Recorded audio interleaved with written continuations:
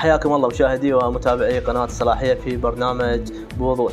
رحبوا معي بضيف حلقتنا لهذا اليوم الأستاذ مسلم العابدي. أهلا وسهلا بك أستاذ مسلم. أهلا وسهلا بكم، حياكم الله بين أهلكم وناسكم وحياكم الله.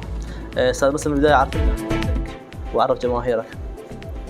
أعوذ بالله من الشيطان الرجيم، بسم الله الرحمن الرحيم، وبه نستعين، والصلاة والسلام على أشرف الأنبياء والمرسلين بالقاسم محمد أبا الزهراء عليه وعليهم أفضل الصلاة وأتم التسليم. في البدء إني المرشح أخوكم مسلم عباس كاظم العابدي عن تحالف القوى المدنية في محافظة الديوانية، رقم القائمة 147 تسلسل 17. كل التوفيق أستاذ مسلم. أستاذ مسلم، ما هو برنامجك الانتخابي؟ والله بشكل واضح يعني البرنامج الانتخابي راح نكون شلون يعني المتتبع لكل الأمور الخدمية طبعا في كل المحافظة. هسه مرة الأمور الخدمية الصريحة، ومرة ناحية الصحة، ناحية التربية، من ناحية الزراعة، من ناحية يعني القضايا الأخرى اللي تخدم المواطن بشكل عام في محافظتنا العزيزة، وبشكل خاص في ناحية الصلاحية الحبيبة. نسأل الله سبحانه وتعالى أن نوفق. بشكل مختصر برنامجي، احنا ما راح نطب التفاصيل إن شاء الله. بعد الفوز راح يكون بعض النقاط اللي ممكن أن تثبت. يعني حاليا ماكو نقاط معينة مثلا تشرحها لجمهورك؟ ما أقدر أشرح في نقاط معينة. إن شاء الله بعد الفوز راح يكون البرنامج واضح. إن شاء الله. يعني تترك البرنامج نترك للزمن إن شاء الله. كل التوفيق يا رب. الله يعزك. أستاذ مسلم، ما هو السبب الرئيسي من ترشيحك للانتخابات؟ والله هواية أسباب، لكن السبب الرئيسي خصوصا في ناحية الصلاحية طبعا غياب المسؤولية تماما.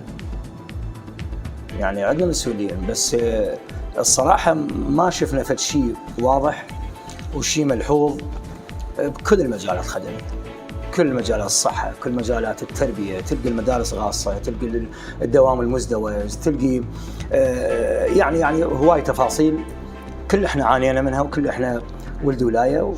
ومن هذا المنطلق يعني قلت لازم نكون نخوض هاي التجربة ونكون نمارس أعمالنا كشباب.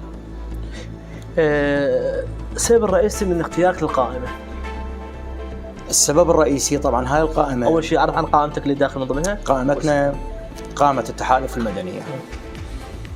هاي القائمة قائمة مستقلة، ما تنتمي لأي جهة معينة من الأحزاب، مع احترام وجل احترام لكل الأحزاب.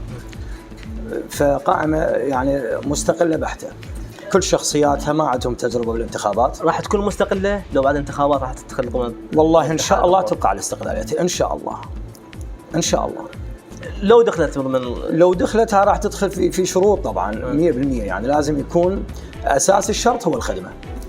احنا دخولنا احنا يعني الثلة هاي الطيبة من الناس اللي دخلت بهاي القائمة غرضنا الخدمة فقط إن شاء الله. إن شاء الله. ما رأيك بمقولة المجرب لا يجرب؟ والله المجرب بعد هو جرب يعني، فيبقى الوضع كله والحكم للشارع. إضافة لذلك أنه رأي المرجعية بهذا الموضوع واضح وصريح وما يحتاج أي جواب. الجواب مسبق، جاوبت عنه الناس اللي هي أعلم من عندنا. فيا ريت أنه شبابنا وأهلنا وشيوخنا وعشائرنا ويعني يكون يحكم عقله بالاختيار. أستاذ مسلم، جاي نشوف أنه أغلب المناصب في الدوائر الحكومية توزع على شكل المحاصصة أو الأحزاب السياسية. ما هو موقفكم تجاه هاي الخطوة؟ قطعا موقفنا ذا يعني عن نفسي أنا وعن يعني كل إنسان شريف. المحاصصة ما حصلنا من هالشيء، يعني بس هدر المال العام وعلى مود فلان خلي فلان، والمدير الفلاني يشيله، ما عندي مزاج أسمعه خلي المدير الفلاني من قائمتي ومن حصتي. ويعني هاي المحاصصة اللي وصلتنا لهذا الوضع. رأيك بالواقع الخدمي في المحافظة بشكل عام؟ والله بشكل عام بعد جنابكم إعلاميين وكل الناس يلاحظون الخدمة، يعني ما قاعد نشوف خدمة. يعني من محافظة الديوانية من المحافظات يعني جوا خط الفقر بهاي القضية. يعني ما قاعد نشوف فد مشروع ملموس، ما قاعد نشوف فد مسؤول من اللي صعدوا بالسنوات الماضيه. السبب الرئيسي الحكومه، سيطره الاحزاب. قطعا الحكومه اكو تقصير من الحكومه باختيار الشخصيات طبعا، لكن الناس اللي صعدت من هاي المكانات، من هاي المناطق، من هاي النواحي الفقراء، يعني داروا وجوههم وراحوا من الموضوع اصلا. يعني الخلل باختيار الشخصيات اللي صعدوا؟ اي فعلا. استاذ مسلم اليوم بماذا توعد جمهوره؟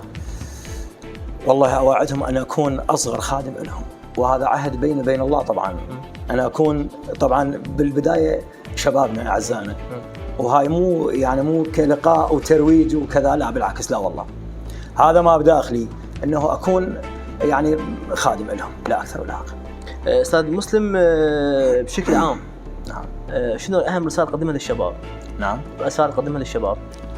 والله الرساله المهمه، الشاب هو يرسم مستقبله بيده، واحنا جربنا هواي، احنا كشباب جربنا هواي، يعني اللي انتخبناهم قبلنا واللي راحوا وصعدوا وراحوا، كون نميز شاب، كون يميز، ما ينغر بفلان انطافت شيء وفلان، ويبيع مبادئه، يبيع قيمه، يبيع اخلاقه، يبيع. احنا يعني خصوصا صلاحيه مجتمع عشائري، ونحتاج الشباب، يعني بناء كل شيء هو على الشباب. شوف اكو تاثير حاليا من قبل بعض الاحزاب او المرشحين انه يشترون دم من الشباب، قاعد ياثرون، انا بعيني ما شفت بس سمعت اكو تاثيرات، واكو يوزعون، فلان يوزع ما ادري ايش يوزع، وفلانه ما ادري ايش تنطي، وفلانه تواعد، وفلان يسوي ما ادري ايش يسوي بهالايام هاي.